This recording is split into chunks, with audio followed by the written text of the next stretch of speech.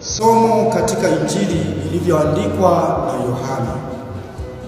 Siku ile Yesu aliwaambia wanafunzi wake, sasa mimi naenda zangu kwake yeye aliyenipeleka, wala hakuna mmoja wenu aniulizaye unakwenda wapi?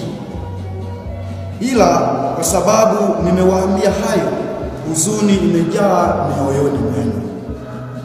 Lakini mimi nawaambia iliyo kweli, yawafaa nini mimi niondoke?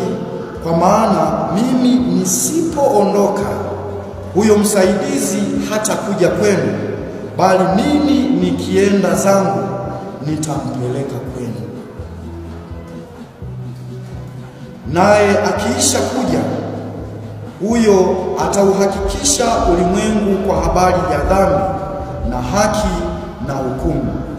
Kwa habari ya dhambi, kwa sababu hawaniamini mimi; kwa habari ya haki, kwa sababu mimi naenda zangu kwa Baba, wala hamnioni tena; kwa habari ya hukumu, kwa sababu yule mkuu wa ulimwengu huu amekwisha kuhukumiwa.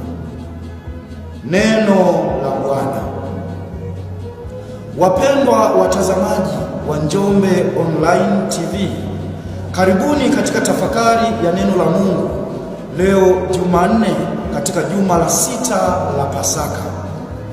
Wapendwa taifa la Mungu, kipindi cha kupigania haki na uhuru wa nchi nyingi za Afrika ikiwemo Tanzania, watu wengi waliuawa na wengine kupoteza dira ya maisha yao,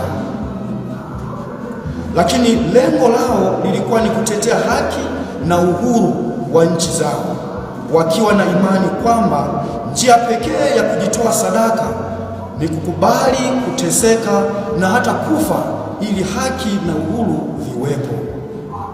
Katika somo la kwanza, Mtume Paulo na Sila wanapambana kuleta uhuru katika mioyo ya watu, mioyo iliyogubikwa na giza la dhambi. Wawili hawa wanamhubiri Kristo katika mazingira magumu, wanakubali kupigwa viboko na hata kwenda gerezani, lakini hawakati tamaa. Wanamtanguliza Mungu mbele katika kila jambo. Ndio maana Mungu anatenda miujiza kati yao. Milango ya gereza inafunguka na mioyo iliyogubikwa dhambi inafunguliwa, hasa wale watu waliokuwa pamoja nao gerezani wanaomba kubatizwa. Katika Injili, Kristo anaenda kwa Baba, lakini anatuachia msaidizi ambaye atatufundisha, atatufariji na kutupatia mwelekeo mzuri wa kumjua Mungu na kutambua makusudi yake kwetu. Hivyo tusikate tamaa, bali tusonge mbele tukitetea na kulinda imani yetu, hata ikibidi kupoteza uhai wetu kwa ajili ya Kristo.